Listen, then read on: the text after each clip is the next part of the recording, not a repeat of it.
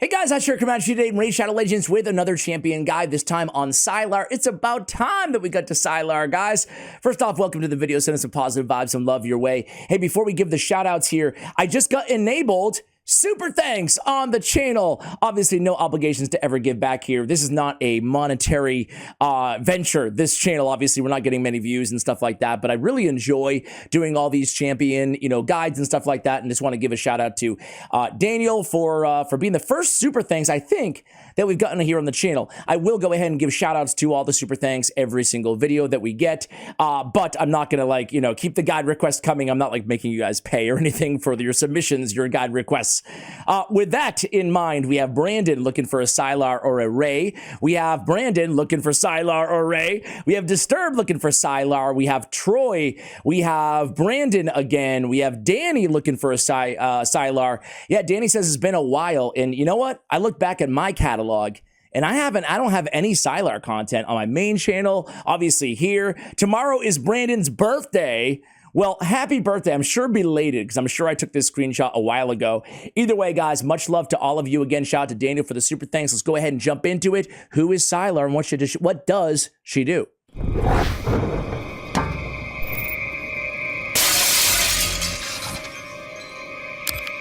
All right, guys, so Psylar is an old school Void Epic champion. She is a dark elf, Void Affinity, as I mentioned, and boy, I mean, she's got that look. If you're into it, if you're into that aesthetic, we'll say, she's got a nice look going on. She got a nice look going on there. Really, honestly, the suggestive nature aside, I guess, she really does look like aesthetically super cool. One of the more edgy, I want to say, maybe character models in the game. What do you guys think? Who else would you put in the conversation? That's another tier list for another day. Her base stats are pretty good. 18k on the HP, 1100 on the attack, 969 on the defense, and 105 on the speed. Speed above average. HP is okay. Attack is okay. The cool thing is she's a support champion who can dish out some nice support damage and control, right? She has an AoE on the A1. There's a 2 multiplier. We'll look at all her multipliers in just a moment here. So just a straight up surge AoE attack. The books go right to damage. Not ideal, but it is what it is. Toxic Cloud is a 3-turn cooldown when booked out. Attacks all enemies. 100% big version of decrease accuracy. Decrease accuracy, I mean, there's plenty of champions that do have it, but there's not a ton of meta champions. So it's a nice debuff to have on a 3-turn cooldown on an AoE. On the leaden legs, this is the highlight of our kit, I would say. We're placing a decreased speed, big version on all enemies for 2 turns. We're also decreasing the turn meter of all enemies by 40%. So you put 2 AoEs, including on our A1. We got the decreased accuracy, we got the decreased speed, and we got the decreased turn meter. It's a 6-turn cooldown. It goes down to 4. Of course, we'd love to have it a 3-turn cooldown, but still, that's a nice, big, beefy number, that 40% turn meter plus the decreased speed. She's a great control champion. She has speed and faction crisp by 22% as well. So I built her in sort of a control hybrid damage build, which personally I think is the best build. I mean, this is what I always try to share with you guys. In my opinion, the best build for these champions. And I have her in a stun set, okay? So with a stun set, I mean, there's natural synergy. She's all about control anyway. So we have the AoE on the A1, again, the AoE on the A2, plenty of chances to land that stun. Keep in mind, the stun set does not require accuracy on champions, but we still need it on her. For the A2 and the A3, the turn meter decrease as well. So I like her in the stun, 18% chance of placing that stun on every hit, and then perception as well. We could put her in a little bit of cruel. We could try to sneak in a little bit more damage if we wanted to. You could run her in triple perception as well. There's plenty of ways. I would say retribution is an interesting choice as well. Instead of a perception set, get those counterattacks. Why not? It's a nice AoE. So retribution and stun is actually a really good combo. I just didn't use retribution because A, I don't have a ton of good retribution gear on my account, and B, I needed the extra 40 accuracy. I really want her over 300 for the end game. So our total stats are going to be 40k, 2200, 4000 on the attack, 261, nice and speedy here, and then 110, 164, 320. So how did I get to those numbers? Well, we have accuracy on the banner. I think that's going to be the obvious choice. A nice speed roll. You ever look back at an artifact or accessory and wonder why you used a max glyph on it? I got the max roll on a max 6-star haste glyph here, but I can't believe I used it on this rare with attack ascension. Either way, I had it in the old gear chamber, or whatever you want to call it, wardrobe, I guess. So I'm using it here. Crit damage on the amulet, and we went with attack on the ring. Now again, I want a little bit of my cake and I want to eat it too here in terms of the damage and the control. But I would say the first priority when building this champion, especially if you're not already, in the mid or the end game of Raid Shadow Legends, maybe you pulled her as one of your first epics. I think the first priority is going to be survivability and landing all her debuffs in her control. The damage is a nice to have, but really this champion is about support and control first and foremost. So that means survivability should be the first key factor when building her. Enough accuracy, enough speed, survivability, HP, defense. Make sure she's staying alive wherever content you're using her in. And then after that, we can try to transition some of that defense and HP into attack. For that reason, we do have crit rate on the gauntlets. We have attack percentage on the chest, and we have speed on the boots. Now, I have crit rate on the gauntlets instead of crit damage, but I was able to get this nice, spicy triple crit damage roll on my speed boots. Of course, I'm looking for the accuracy first and foremost here. I'm looking for the speed where I can get it as well. So again, stat priorities, she doesn't have to be 261 or even 250 or 240 or 230, but because she's a control champion, because we want her to have these debuffs landed as much as humanly possible, especially on the decreased speed, having her fast is going to behoove you guys, and she's controlling the enemies at the same time. I've even seen some people run her in Relentless just to get more shots at reducing the cooldown vis-a-vis the extra turns of lead and legs. Personally, I probably wouldn't run her in Relentless just because I think there's more deserving candidates out there, specifically people who shine in Hydra, but, absolutely a viable option as well. And that being said, you can definitely use Psylar in Hydra, especially progressing in Hydra, but you don't really see her much in the end game in Hydra. We will talk about where she is used, though. First, her blessing. Crushing Rend. Each hit will ignore a percentage of the target's defense, or excuse me, the first hit each round will ignore a percentage of the target's defense. When you get it all the way to max, it's going to be every hit, which is quite a bit better. We also get the extra attack here. I do have her 3-star awakened. Now, the other option is going to be cruelty, okay? So on Crushing Rend, we get the 400 attack. We get the first hit will ignore a percentage of defense. And then cruelty is going to decrease target's defense by 1% up to 20%, 10% against bosses. Either way here, guys, you can't go wrong. But for just kind of a litmus test on which one you should go with, if you're kind of between the two on any champion, not just Psylar, the longer the battle goes on, the better cruelty is going to be, because we're decreasing the target's defense, right? Over time, it stacks up. The shorter the battle is going to go on is when we want to use Crushing Rend, right? Because unless we have her all the way fully awakened, it's only going to be the first hit of the round, right? So we do have Crushing Rend right now, but because I'm going to be using her in different sorts of content, what I thought I would do, guys, is just kind of show you the difference on each of these blessings. So I'll show you both in today's video. You can kind of compare to see what you're getting extra. A lot of people go defense in support on this this champion. By the way, shout out to hellhades.com. They give her a 4 overall rating, which is pretty high. And look at all the areas they score her high in terms of where we can be using her. Doom Tower Waves, 4.5. She's one of the better Doom Tower Waves. The only knock against her, she's a little squishy, to keep her alive for those higher floors. But Ice Golem, a 5 out of 5. Obviously, Ice Golem susceptible to both decreased speed and turn meter. Same thing with his little minions, his guards. We have Spider, kind of the same thing, especially Spider progression, fantastic, but also Spider control and Spiderling control, right? Fire Knight, they give her a 4. Pretty good with the A3, but only a single target hit on the A1, so keep that in mind. Dragon, a 4. Really, anywhere you need control, especially in wave content, she's going to shine. Dark Fae, I think she's amazing. I'd probably give her a 5-star in Dark Fae. We really love that turn meter, that decreased speed as well.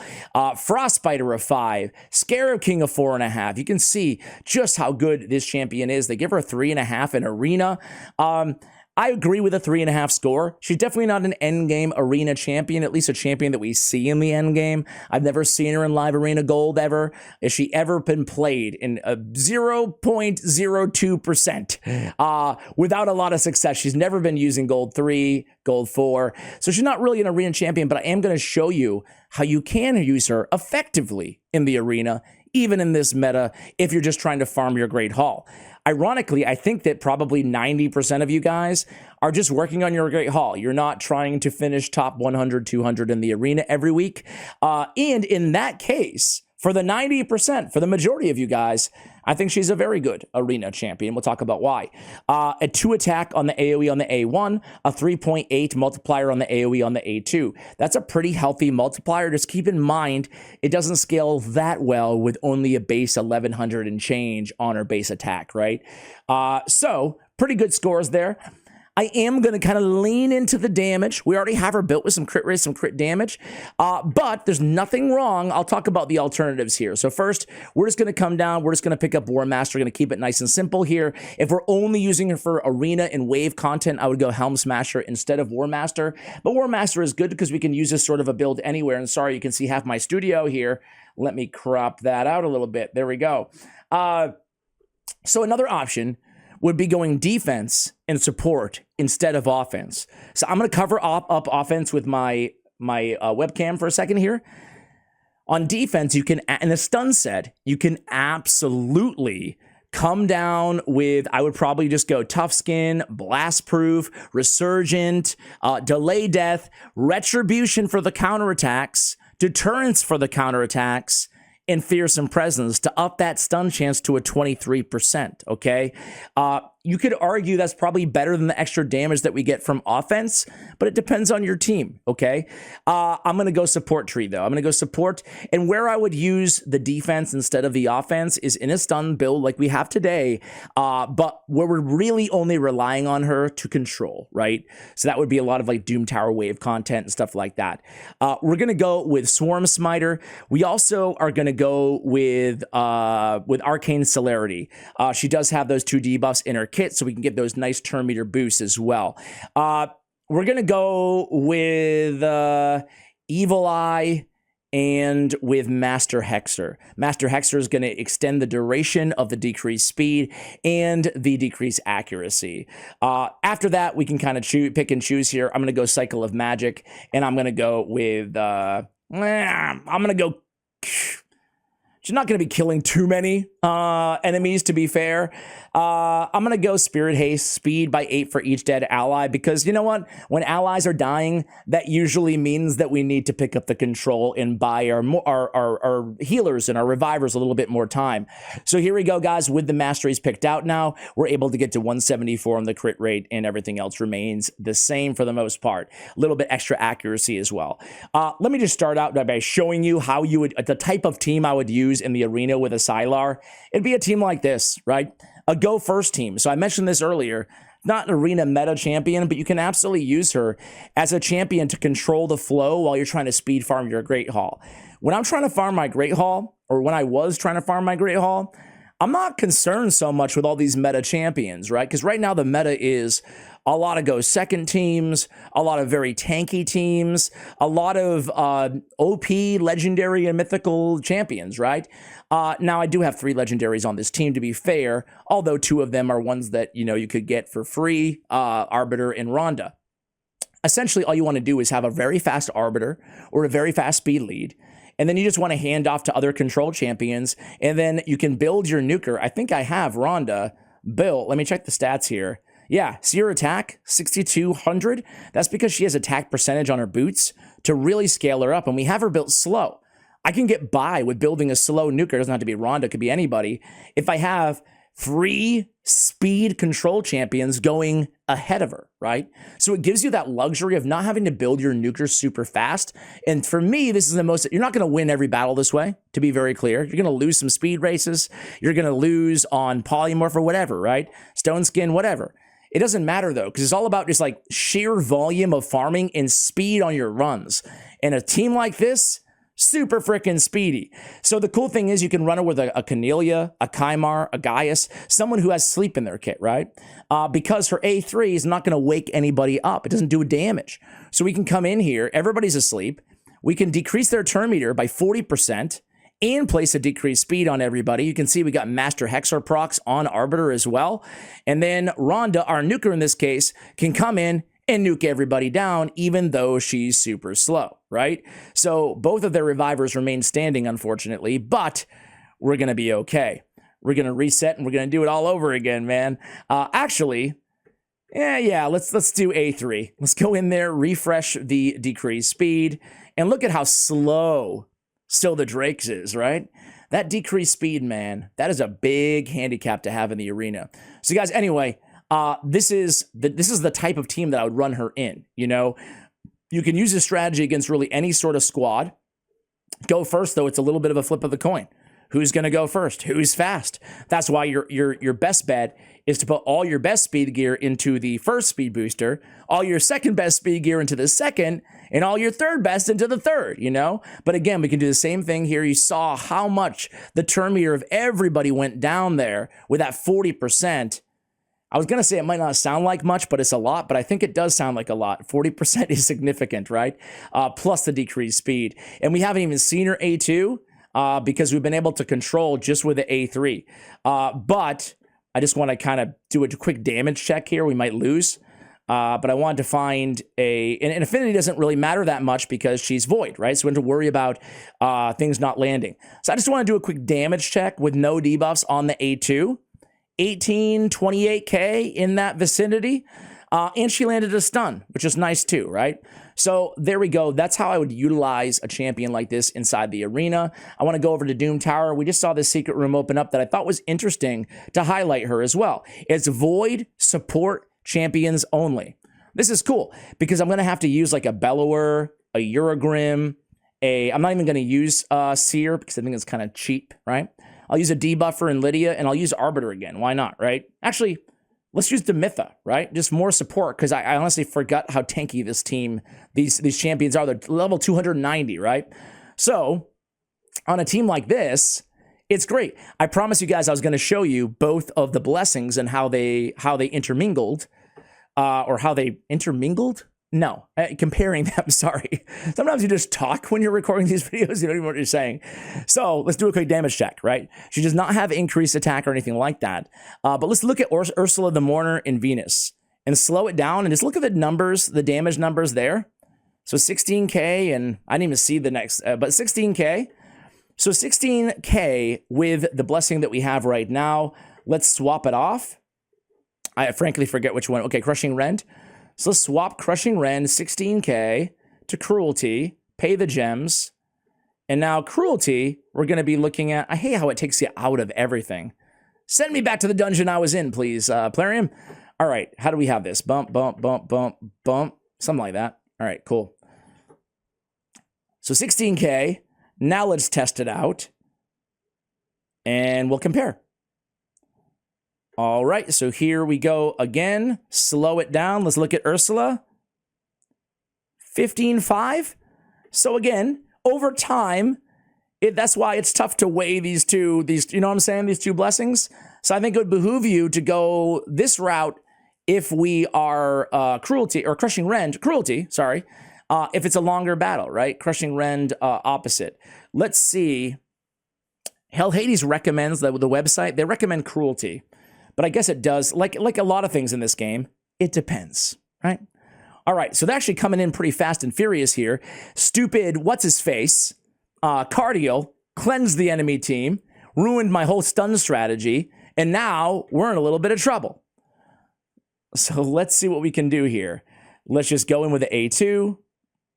They all have block debuffs, so that's no good. I'm just going to kind of continue to cycle, and let's put block damage. Good old Demitha helping us get through this wave, right? Let's start targeting that son of a jackal. Cardial. Get out of here, dude. Get out of here. I like that we have the A1 AoEs in full effect on this team. Uragrim's pretty good. We already did a guide on him, but he can heal everybody up nicely. No reason to really, well, there's a lot of reason to use the A2 of Lydia to get the increased speed and the whatchamacallit, but we are toast here. So I wasn't really paying attention, honestly. Well, actually, I was paying attention. This is actually a perfect scenario of why she's so valuable. Do you know what I'm talking about? Anybody out there? It's because we opened with the A2 instead of the A3 to test the damage. Now, let's try the A3 first. Let's see what things look like if we place a decreased speed and a decreased turn meter on everybody. My hunch is that will change the complexion of this battle entirely.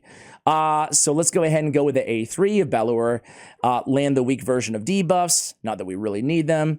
Come in and channel the bloodline. Now we can go A2. Now we have decreased accuracy and stuns on a lot of these dudes. Let's just keep poking away at Cardial because we are a little bit worried about him. I should have used the A3 to lock out Cardial of Lydia, but I was too busy blabbing to you guys. Maybe we can land a stun there. I don't know. One turn away from that A3, but things are looking already quite a bit better. Let's keep poking in that Cardial here. And you can see Cardial's been like next to a full turn meter for what seems like most of the entire battle, but he still hasn't gone because of the decreased speed. He's doing a very good job, and now we can lock him out with the A3 of Lydia, and now we can kill him with the A1 of Psylar. So look at that, guys. Now we have to worry about, you know, the rest of these the champions, but look at how effective that A3 is, right?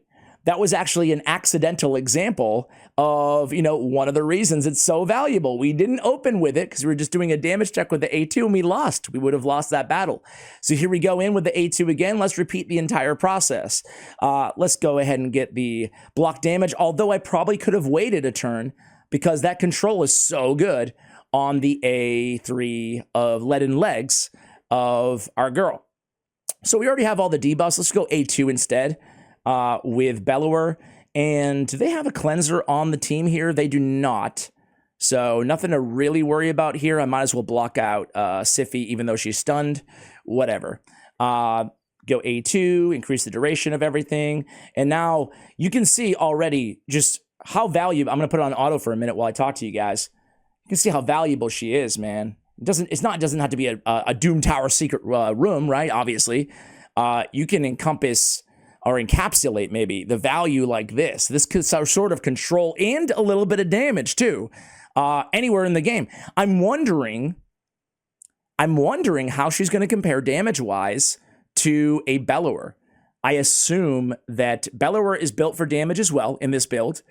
He's in a stun set, basically the same sort of build as her, only with crit damage on the gauntlets, but also in a stun set. Uragrim, I imagine, is going to lead the way damage-wise by quite a bit with all those poisons.